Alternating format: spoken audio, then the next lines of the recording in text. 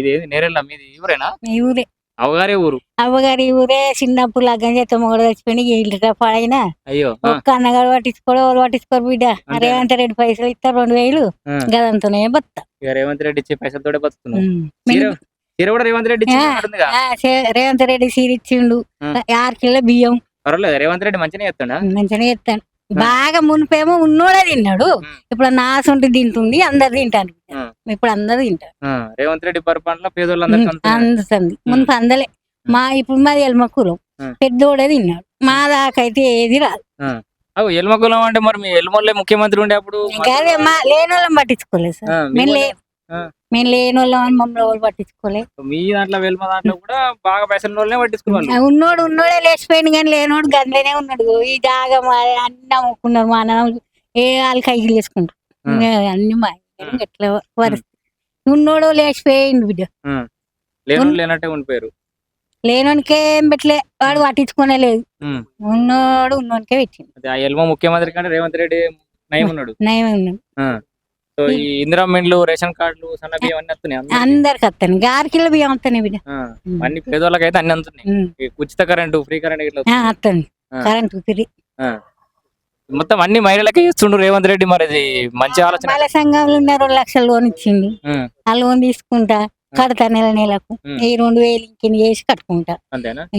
మునుపటి సుంది ఎత్తుకున్నా అట్లే కట్టుకుంటున్నా, అట్లే నడుస్తాను. కేసీఆర్ అన్ని అప్పులపాలు చేసిపోయిండు, సంసారం ఆన్ చేసిపోయిండు. ఇప్పుడు మా ఆడబిడ్డల చేతిలో పెడితే మంచిగా సుధరాయిస్తారని రేవంత్ రెడ్డి అంటుండు. నిజమేనా? మహిళల చేతిలో పెట్టుడు కరెక్టే అంటూ పెట్టుడు మరి కరెక్ట్.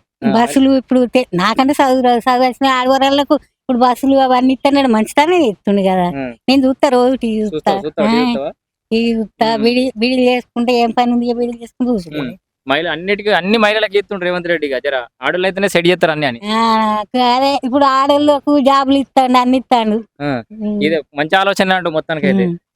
మళ్ళొకసారి రేవంత్ రెడ్డి అవుతాడు ముఖ్యమంత్రి అవుతాడంట. ఏమో నేనైతే ఎత్తా బిడ్డ. అందరు నా లెక్కన అనుకుంటారు కావచ్చు, తెలియదు. అందరూ అయితే రేవంత్ రెడ్డికి వేద్దాం అనుకుంటున్నాం. ఎత్తా. అంతేనా? ఈ చీరల గురించి కూడా ఏం మంచిగా లేవు.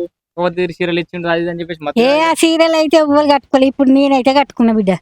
నేను కట్టుకోవట్టు 4-5 రోజులనే కట్టుకుంటా. కట్టుకోవాలని కట్టుకుంటున్నా. ఉండి లేక అని కాదు కానీ ఈ చీర కట్టుకోవాలని కట్టుకున్నా. నేను శిక్షలకైనా ఇదే కట్టుకుని పోయినా. మొన్న డాక్టర్ సుధా అడుగుతాను, అమ్మ నీకు ఇష్టం అది. నాకు ఇష్టం అన్న చీరలు. అప్పుడు బతుకమ్మ చీరలు ఎట్లుండే? నేను కట్టుకోలే బిడ్డ. అవి అన్ని తాడి చెట్లు, ఈత చెట్లు. ఒకసారి అది పోనేలేదు, నాకు పింఛన్ వస్తలేదు. 4000 నేను పోనేలేదు. అంతేనా? అవి ఏం పనికిరానట్టుండే అవి చీరలుగా.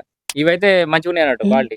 నేను 3 సార్లు తెచ్చుకోలే. అప్పుడు తెచ్చుకోవడం అన్నారు కానీ నేను తెచ్చుకో. ఇప్పుడు మళ్ళీ వేరే కలర్ ఇస్తారట, పచ్చ కలర్ ఏమో ఇస్తారట. ఆకుపచ్చ కలర్, సిల్క పచ్చ కలర్. ఏదన్నా కలర్ నేను అప్పుడు కట్టుకున్నట్టు ఇప్పుడు కట్టుకున్నట్టు అప్పుడు.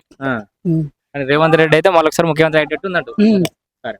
ఇగో బాగా అందరిని చూస్తాడు.